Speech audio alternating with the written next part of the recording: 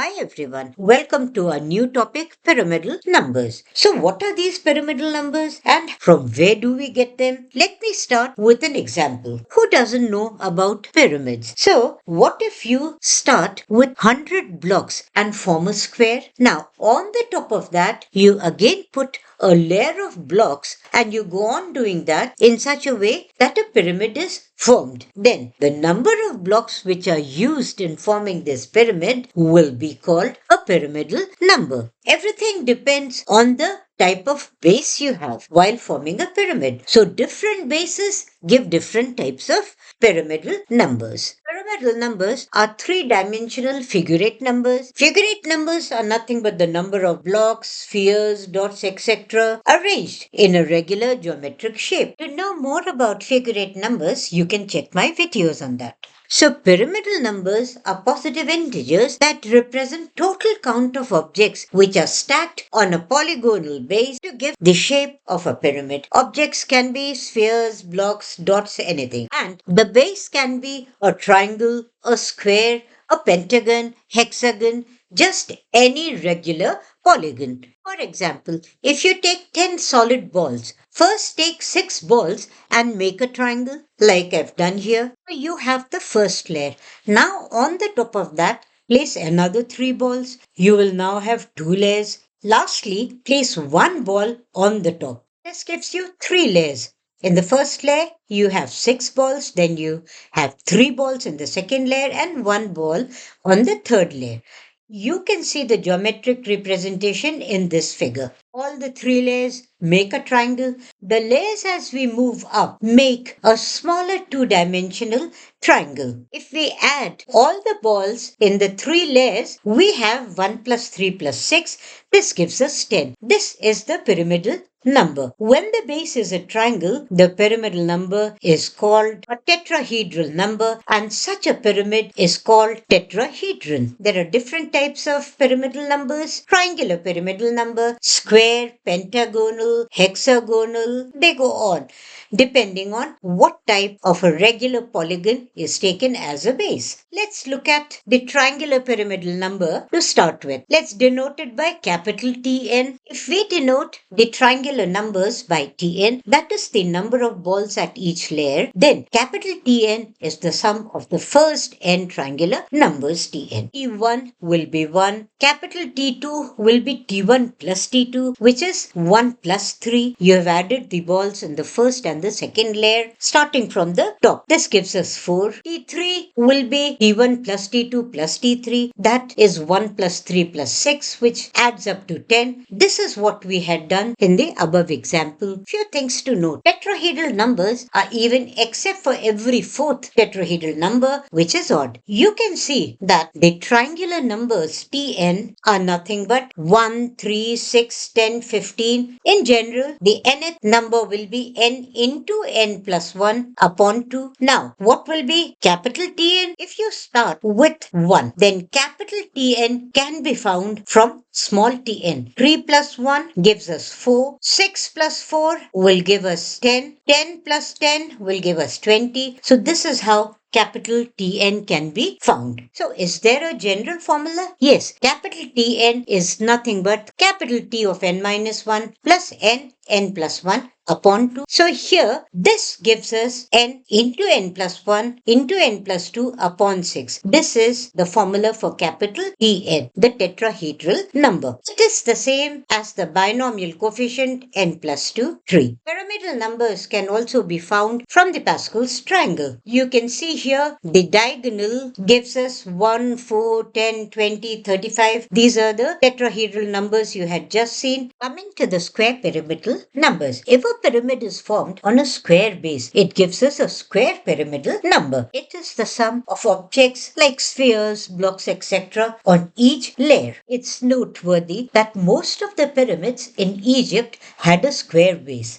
except for the mastabas which had a rectangular base. Look at these figures. In the first one, we have just placed one block. So the pyramidal number is 1. In the second one, the base has 4 blocks. And on the top of that, the other layer has just one block. So the pyramidal number is nothing but 4 plus 1. In the third one, you can see the base has 9 blocks. The second layer has 4 blocks and the third layer has 1. If you add, you will get the pyramidal number as 14. Few things to note. If we denote the square pyramidal numbers by capital SN and small sn denotes the number of blocks on each layer, then from small sn we can always find capital SN, the pyramidal number, when the base is square. You can see the base will always be a square number. Now, capital SN can be found using the formula summation k value 1 to n k square, which gives us n into n plus 1 to n plus 1 by 6, because we are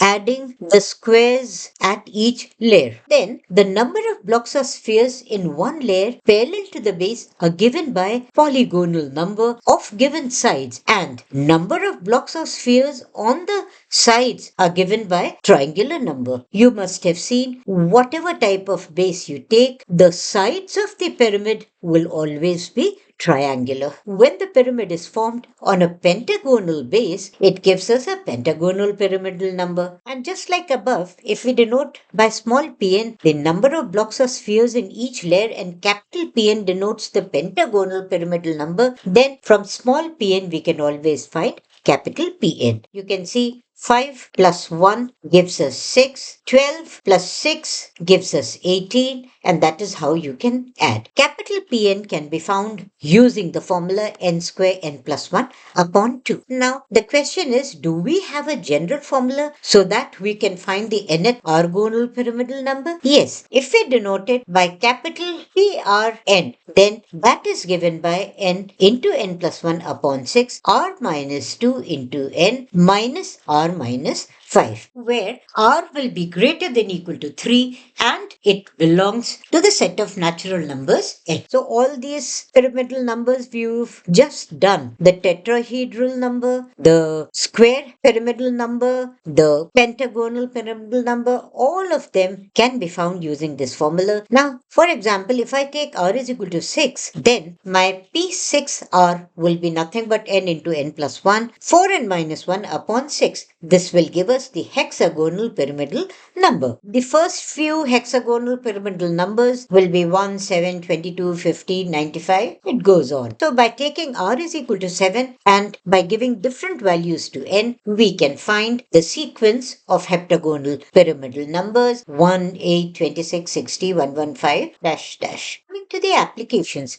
stacking of stones is a very old method used in ancient architecture. In India, Sulabh Sutra describes how by stacking blocks, altars were constructed, temple platforms were constructed, stacking of cannonballs, an armory, grain bags were stored in a pyramidal form. In Egypt, pyramids were constructed which had mostly a square base, except for mastabas where rectangular base was used. Let's see, where are pyramidal numbers used now? First of all, whenever we form human pyramids, we would like to know how many people are needed, whether it is cheerleaders or wherever marching formations are done. In India, during the festival of Krishna Janma Ashtami, you must have seen human pyramids are made for breaking the curd pot. So, people want to know how many people are required for such formations. In mathematics, for finite differences, probability and tournament scheduling, etc. In computer science, for nested loop analysis, coding, data structures, 3D graphics,